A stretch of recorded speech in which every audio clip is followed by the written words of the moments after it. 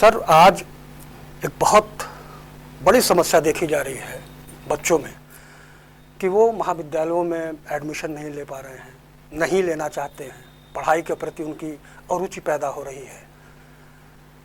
बहुत सारे बच्चों को मैंने देखा भी, रीड भी किया। तो जो पहले पढ़ाई का माहौल होता था, जो चीज़ें होती थी, वो एक कहीं ना कहीं रुचि पैदा करती थी। लोगों के अंदर एक जागरूकता रहती थी कि मुझे पढ़ना है, लिखना है, मुझे कुछ बनना है। आज क्या हो गया है, कैसे ये सब कुछ हो रहा है, क्यों इस तरह से बातें हो रही हैं कि आज बच्चे कॉलेज जाना नहीं चाहते, एडमिशन लेना नहीं चाहते, बाहर के कोचिंग संस्थानों में उनकी दखलंदाजी ज़्यादा बढ़ गई है। इन सब के पीछे आप क्या मानते हैं, क्या कारण है, क्या सोच है, क्यों इस तरह से सामने आ रहा है ये सब कुछ? बहुत मौजूद प्रश्न आपने राजेश जी पूछा मुझसे जी। और इसमें कोई दो राय नहीं है कि हायर एजुकेशन के स्तर पर जो बच्चों में अपने कॉलेजेस को लेकर के, अपने एजुकेशन को लेकर के रुचि होनी चाहिए, वो पूरे तौर पर मिसिंग दिखाई दे रही है। इसके जो 3-4 प्रमुख कारण, एक शिक्षक होने के नाते और एक प्रबंधक होने के नाते भी मैं महसूस करता हूं, उसमें सबसे महत्वपूर्ण है कि पिछले 3-4-5 सालों में पाठ्यक्रम और परीक्षा को लेकर जो तमाम सारे प्रयोग किए गए, उन प्रयोगों ने कहीं ना कहीं बेड़ा गर्क करने का काम किया है। विद्यार्थी ये नहीं समझ पा रहे हैं कि ये जो 3 साल का स्नातक का पाठ्यक्रम है, इसको पूरा करके जो डिग्री मुझे मिल रही है, वो डिग्री हमारे लिए रोजगार क्यों नहीं दे पा रही है, रोजगार का साधन क्यों नहीं बन पा रही है। तो एक बहुत बड़ा भ्रम है जो मुझे लगता है कि सारे विद्यार्थियों को दूर करना होगा। बिना उसको दूर किए हुए न तो उन विद्यार्थियों में वो विश्वास पैदा होगा जिस विश्वास के बल पर वो महाविद्यालयों तक आ सकें और आ करके शिक्षा ग्रहण करने का जो उनका वास्तविक उद्देश्य है, उस उद्देश्य की पूर्ति हो सके। देखिए अभी क्या स्थिति है राजेश जी, कि बच्चे अब चूंकि इंटर कर लिए तो करें क्या, कहीं ना कहीं किसी न किसी कॉलेज में उनको एडमिशन लेना है। बिल्कुल, एडमिशन वो ले लेते हैं। एडमिशन लेते समय जिस भी कॉलेज में वो एडमिशन लेते हैं तो बहुसंख्य बच्चे, अपवाद की बात छोड़ दीजिए, तो उनकी 2 जिज्ञासाएं होती हैं। पहली, क्लास तो नहीं करना पड़ेगा। हाँ। दूसरी, परीक्षा में क्या व्यवस्था रहेगी, यानी कुछ नकल की सुविधा है कि नहीं है। बिल्कुल। अब तमाम ऐसे महाविद्यालय हैं जो अपनी महाविद्यालय को चलाने के लिए हर समझौता कर लेते हैं। तो ऐसी सोच रखने वाले विद्यार्थी उन महाविद्यालयों में प्रवेश लेकर के वो बिना पढ़े परीक्षा में मैनिपुलेट करके वो पास तो हो जाते हैं, लेकिन उस से जो डिग्री उनको मिलती है वो डिग्री उनके लिए सिर्फ क्वालिफिकेशन होती है, जिसको हम हिंदी में अर्हता कहते हैं।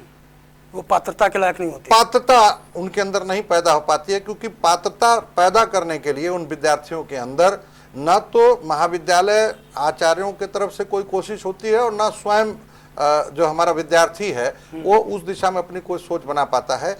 यही सबसे बड़ा कारण है विद्यार्थियों के अंदर अरुचि पैदा होने का। अच्छा।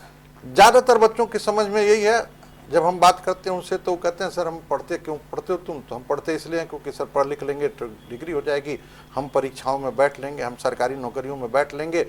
तो ये आज के दौर की सबसे दुर्भाग्यपूर्ण स्थिति है, जिसमें हमारा बच्चा ऐसे माइंडसेट में तैयार हो रहा है, वो तैयार हो रहा है जिसमें उसकी पहली पसंद होती है कि जो पढ़ाई वो कर रहा है उस पढ़ाई के आधार पर जो डिग्री मिलेगी, उस डिग्री से वो अपने लिए एक अदद सरकारी नौकरी पालेगा, जो संभव नहीं है। बिल्कुल। आज की तिथि में पूरे हिंदुस्तान में नेट पर उपलब्ध आंकड़ों के हिसाब से लगभग 1,98,00,000 नौकरियां हैं केंद्र प्रदेश सरकार की, सब मिलाकर। ठीक बात। 1,06,00,000 से अधिक पद रिक्त पड़े हुए हैं। क्लास 1 और क्लास 2 को छोड़ दीजिए तो क्लास 3 और क्लास 4 में सब संविदा पर भर्तियां हो रही हैं। तो ये जो बच्चों के दिमाग में बना हुआ है कि हमें पढ़ना है तो इसलिए पढ़ना है क्योंकि हमें एक सरकारी नौकरी मिल जाए, पहली चॉइस उनकी सरकारी नौकरी की है, और दूसरी तरफ प्राइवेट जॉब्स हैं। तो ये जो प्राइवेट जॉब और सरकारी नौकरी के लिए पढ़ना है, ये वाली सोच है, ये सोच उनकी वहां पर आकर के खंडित होती है जब उन्हें ये इस डिग्री के बावजूद भी नौकरी नहीं मिलती है। नहीं मिलती है। इसीलिए वो बच्चे महाविद्यालयों तक नहीं आ पा रहे हैं। बिल्कुल, बिल्कुल। इसीलिए वो बच्चे महाविद्यालयों तक नहीं आ पा रहे अच्छा, हैं। इसमें कहीं दोषी अभिभावक भी हैं? बिल्कुल, अभिभावकों की तो बड़ी भूमिका होती है। हाँ, क्योंकि अगर अब जैसे मान लीजिए इंटर पास करने वाला विद्यार्थी 15-17 साल, 17 साल, 18 साल की उम्र का होता है। बिल्कुल 18 साल की उम्र का बच्चा और उसका अभिभावक 35-40 साल की उम्र का, दोनों के अनुभव में, दोनों की परिपक्वता में बहुत अंतर होता है। बिल्कुल। हम लोगों के समय में गार्जियन डिसाइड करता था क्या करना है। कि हमें क्या करना है।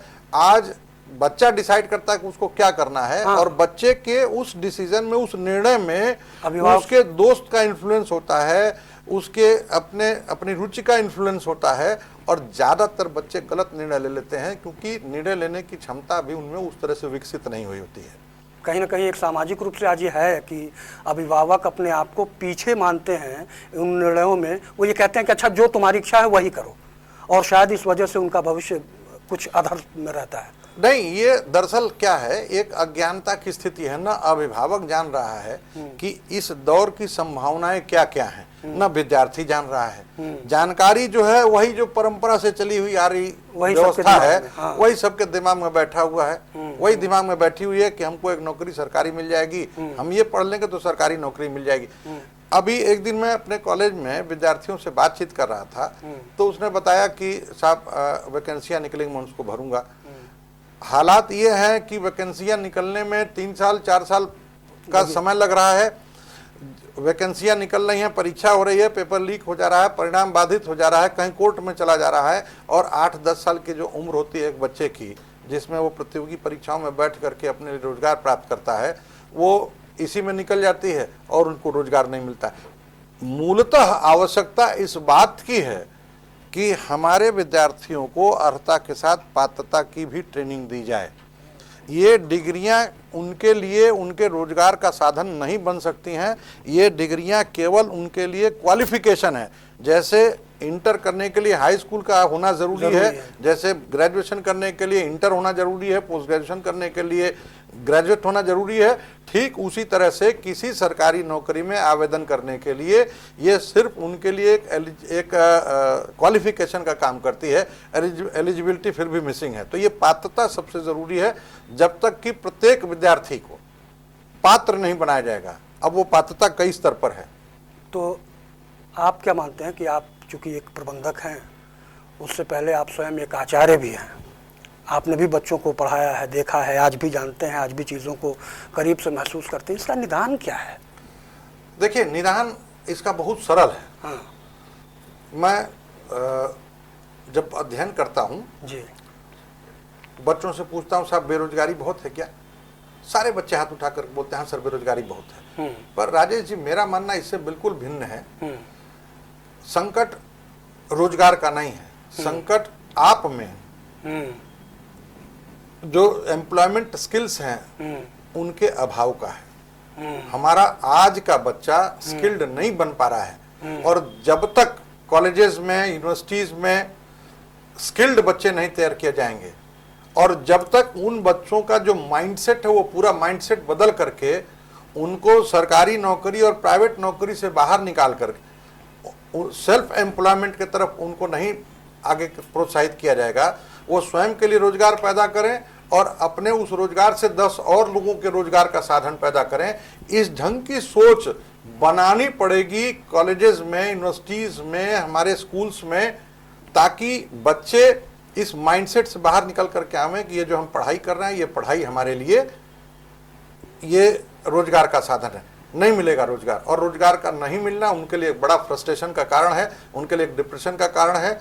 एक आश्चर्यजनक आपको बात बताऊं, एक अभिभावक अपने पूरे जिंदगी की कमाई का लगभग 70% हिस्सा एक अदद मकान अपने लिए बनाने में खर्च कर देता है और अपने बच्चों की पढ़ाई पर खर्च कर देता है। इतना पैसा खर्च अभिभावक का अपने बच्चे की पढ़ाई पर होता है, और अंतिम परिणाम ढाक के वही 3 पाठ, रोजगार उसको मिला नहीं। अब रोजगार नहीं मिला, ये उतना उसका बड़ा जिम्मेदार वो बच्चा स्वयं है, उसका अभिभावक है। उसको ये समझना पड़ेगा कि रोजगार पाने के लिए जो पात्रता है वो कैसे हासिल करनी है। मैं चाहूंगा कि जो आपने कहा स्किल्ड की बात, विद्यालयों में स्किल्ड तैयार किया जाना चाहिए, थोड़ा सा उसको और स्पष्ट आप करें कि किस तरह के स्किल्स, कैसे हम जाने कि क्या इनको दें हम और ये तैयार हो जाएं आगे रोजगार के लिए? राजेश जी, मैं बताऊं आपको, नवल्स पोस्ट ग्रेजुएट कॉलेज जी अपने अभिनव प्रयोगों के लिए जाना जाता है जी। और बतौर प्रबंधक छात्रों की इस समस्या को समझकर मैंने 6 महीने तक लगातार अध्ययन किया और अध्ययनोपरांत जो निष्कर्ष मैं निकाल कर लेकर आया हूं वो वास्तव में बड़ा चमत्कारिक है। वक्त लग सकता है, हमारा विश्वास बच्चों में पैदा हो और बच्चों का विश्वास हमारे में पैदा हो, उस विश्वास को प्राप्त करने में। लेकिन हमने पहली बार एक कोशिश की है, बेंगलोर की एक संस्था एम्प्लॉयमेंट बॉक्स जी, तमाम ऐसे डिजिटल रोजगार हैं। 20,000, 25,000, 30,000 रुपए का एक कंप्यूटर आता है और उस कंप्यूटर से आप सैकड़ों रोजगार पैदा कर सकते हैं। और मजेदार बात है कि हमने अपने महाविद्यालय में एम्प्लॉयमेंट बॉक्स और एक टीचर्स फैक्ट्री नामक संस्था है जो टीचर बनाने का काम करती है। अच्छा। अब यहाँ पे भी एक बड़ा भ्रम है जी। बीएड की एक डिग्री होती है, बीटीसी की एक डिग्री होती है, जिस डिग्री को हासिल करके बच्चा प्राइमरी स्कूल में अथवा माध्यमिक उच्चतर माध्यमिक विद्यालय में वो रोजगार पा सकता है, बतौर शिक्षक वो रोजगार पा सकता है।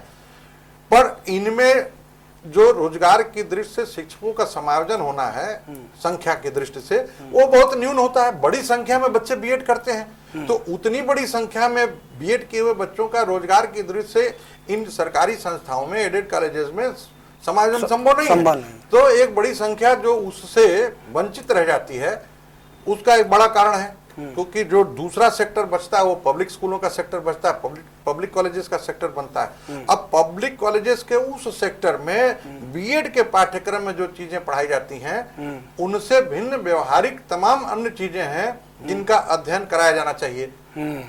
मसलन एक टीचर के रूप में क्लासरूम मैनेजमेंट क्या होता है। सबसे बड़ी बात है कि स्ट्रांग कम्युनिकेशन स्किल। आप एलिजिबल, आपके पास डिग्री है, पर वो डिग्री आपके लिए तब काम की होगी जब आप में प्रैक्टिकली बहुत स्ट्रांग कम्युनिकेशन का स्किल है। आप कम्युनिकेट कर पा रहे हैं विद्यार्थी के साथ। आप में एक टीचर के लिए जो एथिकल वैल्यूज होती हैं वो वैल्यूज हैं कि नहीं है। आपका बॉडी लैंग्वेज कैसा है, आपकी पर्सनालिटी कैसी है। अगर पर्सनालिटी इम्पैक्टफुल नहीं है, आप क्लासरूम में आप आए, पढ़ा करके आपने विद्यार्थियों को कुछ समझा दिया, विद्यार्थी समझे कुछ नहीं समझे, वो तब समझेंगे जब उन विद्यार्थियों के मन में आपके लिए एक आकर्षण होगा, वो खींच करके आपके लिए आएंगे। ये इन चीजों को जब तक बारीकी से नहीं समझेगा शिक्षण क्षेत्र में जाने वाला वह व्यक्ति जो शिक्षक बनना चाहता है, तब तक आज के शिक्षक के रूप में उसकी स्थापना नहीं हो पाएगी। वो पारंपरिक जो शिक्षक हुआ करता था, जो क्लासरूम में आकर के विषय ज्ञान डिलीवर कर दिया करता था, आज स्थितियां उससे भिन्न है। राजेश जी, इस बात को समझना पड़ेगा कि विद्यार्थियों के लिए टीचर अब केवल सब्जेक्टिव नॉलेज या इंफॉर्मेटिव नॉलेज देने वाला व्यक्ति अगर है तो उसकी स्वीकार्यता नहीं बनेगी। ऐसा मैं इसलिए कह रहा हूं क्योंकि हर बच्चा बड़ा स्मार्ट है। जब टीचर क्लासरूम में पढ़ा रहा होता है तो बच्चा गूगल पर देख लेता है कि क्या पढ़ा रहे हैं, ठीक पढ़ा रहे हैं, गलत पढ़ा रहे हैं। हाँ, ये बात। तो ऐसे में अब टीचर को क्रिएटिव बनना पड़ेगा, टीचर को इनोवेटिव बनना पड़ेगा, टीचर को ऐसे तैयार होकर के आना पड़ेगा जिसमें फैक्ट्स तो वही होंगे पर प्रेजेंटेशन उसका करने का तरीका बिल्कुल अलग होगा और ऐसा होना चाहिए जो कनेक्ट कर सके विद्यार्थी के साथ। तो ये काम हम अपने कॉलेज में पढ़ने वाले विद्यार्थियों को जो टीचर बनने की इच्छा रखते हैं उनके लिए टीचर्स फैक्ट्री के साथ कोलैबोरेट करके हमने एक पाठ्यक्रम दिया है।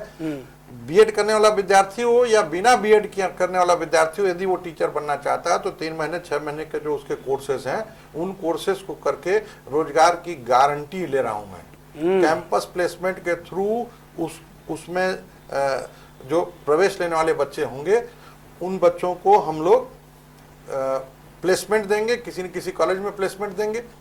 और दूसरा जो मैंने एम्प्लॉयमेंट बॉक्स बनाया, मैं एक छोटा उदाहरण ले रहा हूँ जी। Video editing, video mixing, audio editing, audio mixing, sound engineering, recording, light, camera, ऐसे अनगिनत हैं। आप ऐसे सॉफ्टवेयर हैं, फोटोशॉप पे आप काम करिए, कोरल ड्रॉ पे आप काम करिए, टैली पे काम करके अकाउंटिंग के जरिए आप अकाउंट सीख लीजिए, पार्ट टाइम अपने स्कूल में पढ़ाई कर रहे हैं और पार्ट टाइम आप किसी के यहाँ जा करके किसी चार्टर्ड अकाउंट, और ऐसा हो भी रहा है, चल भी रहा है। आप उनके अकाउंट्स का काम आप कर सकते हैं। आप जा करके जीएसटी फाइलिंग का काम कर सकते हैं। चार्टर्ड अकाउंटेंट आपको जॉब देगा, आप घर से करके लाइए, उनके जमा कर दीजिए और 500-1000 रुपये जो आपकी फीस बनती है आप उसे पा सकते हैं। तो एक पहला प्रयोग पूरे पूर्वी उत्तर प्रदेश में, जहाँ तक मेरी जानकारी है, सेल्फ फाइनेंस के कॉलेजेस में नवल्स प्रबंधन ने करने का काम किया, जिसमें वो विद्यार्थियों को उनकी अर्हता के साथ पात्रता भी देने का काम कर रहे हैं। यानी डिग्री के साथ इन सर्टिफिकेट कोर्सेज के माध्यम से रोजगार सुनिश्चित करने की एक कोशिश उनके द्वारा की जा रही है। और अच्छी बात, गारंटी के साथ, उससे भी अच्छी बात, अलग से कोई चार्ज नहीं उसके लिए। Very good. क्योंकि हमारी जिद है कि बतौर प्रबंधक जो मेरी नैतिक जिम्मेदारी बनती है अपने विद्यार्थियों के प्रति, उस जिम्मेदारी को मैं पूर्ण करूं। मैं नहीं चाहता हूं कि नवल्स पोस्ट ग्रेजुएट कॉलेज में पढ़ने वाला विद्यार्थी 3 साल अथवा 5 साल स्नातक स्नातकोत्तर की डिग्री लेकर के जब निकले और 10 साल बाद सड़क पर मिले और मैं उससे पूछूं कि बेटा क्या कर रहे हो, तो मुंह लटका करके उत्तर दे, सर अभी तो कुछ नहीं कर रहा हूं। यह जिद मेरी है कि स्नातक अथवा परास्नातक करने के बाद जब भी वो विद्यालय से निकलेगा, बीएड करने के बाद जब भी वो विद्यालय से निकलेगा, तो जो भी वो बनना चाहता है उसे बनाने की जिम्मेदारी मैं अपनी पूर्ण कर सकूं। यह मेरा वचन है, मेरा विश्वास, मेरी सोच है, आपकी सोच है।